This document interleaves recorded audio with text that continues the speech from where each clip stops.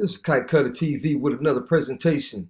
We gotta talk about this. Okay, guys, an illegal immigrant caravan is back on the way, and Joe Biden invited them. That didn't take long. A border crisis is brewing before Joe Biden takes office, if he does. Migrant caravans are forming in Honduras, where residents were hit with a pair of devastating hurricanes last month, adding to economic hardship caused by COVID-19. Faced with ruin, many Hondurans have decided to defy local travel bans and head north. People are no longer scared of the coronavirus, one caravan organizer told Bloomberg. They're going hungry. They've lost everything. Some towns are still flooded. The organizer added that migrants are savvy about shifts in U.S. border policy. When there's a change in government in the U.S. or in Mexico, caravans start to move because they are testing the waters to see how authorities respond. By now, Central Americans should have a pretty good idea how the authorities will respond in a Biden administration.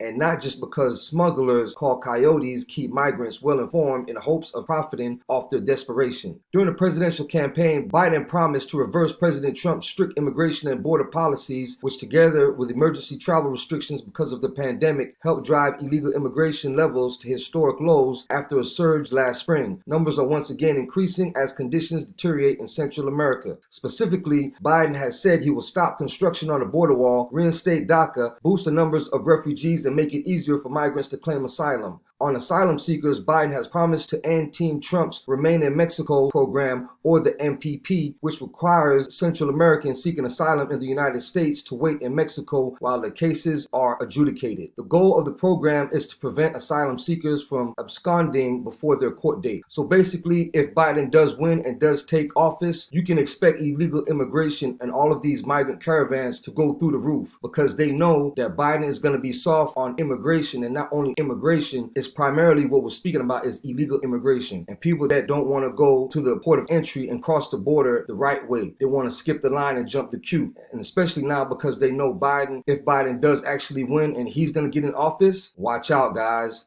Check this out.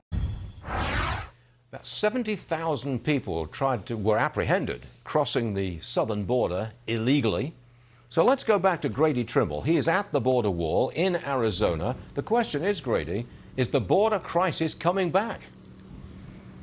Stuart, it's certainly something we should be paying attention to in the coming months as the Biden administration is set to take over in January. One big difference this time around, though, is as caravans make their way to our southern border, there will be many, many miles of this border wall, nearly 450 miles of it set to be complete by the end of this year. One thing that we should watch very carefully is this migrant caravan making its way north from Honduras through Central America, and eventually their plan is to make it through Mexico to the southern border.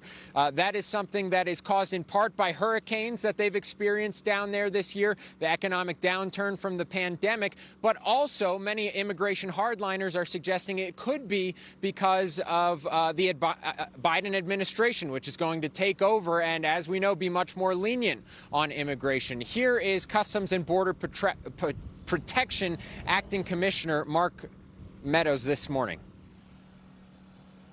If you look at what the Biden administration, the policies are going to be, it's not just about stopping construction of the border wall. It's about providing amnesty to millions of people. It's about getting rid of the CDC's Title 42 order, the Migrant Protection Protocol, which ended catch and release. Of course, that's Mark Morgan with Customs and Border Protection. We should also point out the Biden administration does have a plan to commit $4 billion to do what they say is correct the root causes of immigration in Central America. But as this caravan makes its way north, a lot of people say that that's not going to happen quick enough. That's over 4 years. This is something that's immediate, Stuart. Yes, it is. All right, Grady, thanks very much indeed. U.S. Customs and Border Patrol has released the latest news on the construction of the southern border wall. As of today, contractors hired by the Department of Homeland Security to build the U.S.-Mexico border wall have already built 426 miles of the wall and say they are working 24/7 to hit their goal of 450 miles of border wall built by January 1st. The acting commissioner of CBP made the announcement, adding that nearly all the miles funded are currently under contract and all the materials have been purchased, including 270,000 tons of steel. Opponents of the wall claim it's racist and a crime against nature, while CBP, DHS, and Border Patrol all credit the border wall with keeping dangerous criminals and drugs out of the country. Morgan, the CBP commish, added that the wall encourages lawful and safe passage into the country by using the ports of entry. Now, keeping an eye on crime for you today, law enforcement officers in Albany arrested a man on human trafficking charges over the weekend. 34-year-old Francisco Alfredo Lopez Cubillas was arrested Sunday on 19 counts of trafficking of a person after a person reported a possible drunk driver in a truck matching that of Lopez Cubillas. Albany police reported several people inside the cab and several others partially hidden under a blanket in the bed of the truck, 19 in all. The Shackleford County Sheriff's Office reports that all 20 people, including Lopez Cubillas, were undocumented immigrants. The 19 have now been taken out of the country by Border Patrol, while Lopez Cubillas is being held in the Shackleford County Jail without bond due to his immigration status. A Goleta family is asking President Trump for help to get their grandmother back in the United States. Juana Flores is a mother of 10 and was in the country illegally for 30 years before voluntarily leaving the U.S. once U.S. Immigration and Customs Enforcement denied her appeal to stay in the U.S. Flores and her family are now looking to President Trump for a pardon in order to allow Flores to return to the country in time to see her active duty son before he deploys to the Middle East. And to read more about this story, just head to ksby.com. Okay, this next story, campaign and petition launched to support undocumented communities to earn driver's licenses. This time it's in Idaho. As we inch closer to the 2021 legislative session, the ACLU, which is actually an acronym for the American Civil Liberties Union of Idaho and POTA of Idaho, are raising more awareness about a campaign I can't even pronounce because it's in Spanish, which means driving without fear. And that's just ridiculous because they're illegal immigrants that are in the country illegally, so therefore they don't have licenses. If you're a citizen or a legal immigrant that doesn't have a license, then you should be driving, or you shouldn't be driving at all. But if you are driving, then you should be driving in fear, okay? If you're breaking the law, you should be fearful because being fearful keeps you in step with the law, okay? It's just common sense. So all these immigration advocates that are talking about they just want illegal immigrants to be driving without fear is ridiculous. Carrying on, this immigrant advocate says, as an organizer for the last 15 years, I've seen renditions of the licenses campaigns come up, but it has never had kind of the chance that this piece of legislation would have. Look, if you live in Idaho, I suggest you contact your elected officials and let them know that you are not for this, okay? Because they're going to say that wherever it is in Idaho or whatever state that they're trying to push this piece of legislation, that this is actually going to make the roads safer, which is the most ridiculous argument ever, okay? Having illegal immigrants drive on the road, a lot of these people can't even speak English, okay? So if they're driving on the road and they can't read the signs that they're driving on, then this is not safe. It's just ridiculous, okay? So please, if you live in Idaho, please contact your elected officials and let them know that you are not for this.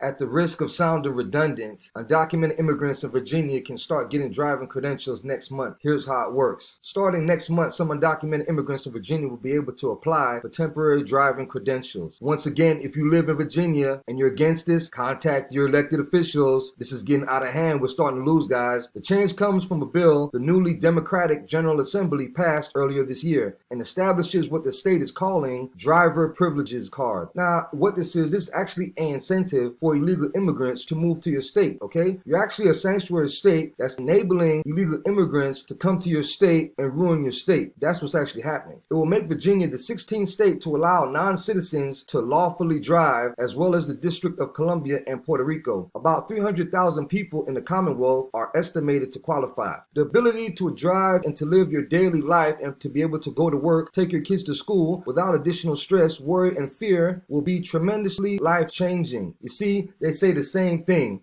They want to drive without stress. They want the ability to live their daily life and to be able to go to work. So basically, if you don't have a driver's license, you can't go to work, okay? When I was younger, I didn't have a driver's license. I had a job early in high school. I still got to work. I either walked or caught a bus until I was able to save enough money to buy a car, number one, and then get my license, okay? So for these people to make excuses that they can't go to work or they can't even drop their kids off to school is so lame, and it's just typical leftist position, okay? Carrying on. Since 2004, Virginia required people applying for driver's licenses to show they are legally authorized to be in the United States. Obviously, and that's something that is just a no common sense law. A law that was passed in response to the September 11 terrorist attacks. You see, a lot of these laws, even ICE came out after September 11th. And the problem with September 11th that we had is that a lot of these agencies didn't communicate together, okay? So you had the CIA getting one bit of information, you had the FBI getting one bit of information, and they never shared information, okay? After 9/11, that's when ICE came about, and also that's when a lot of these agencies started to share information. Now we're getting almost 20 years removed from 9/11, and we're forgetting how we got there in the first place.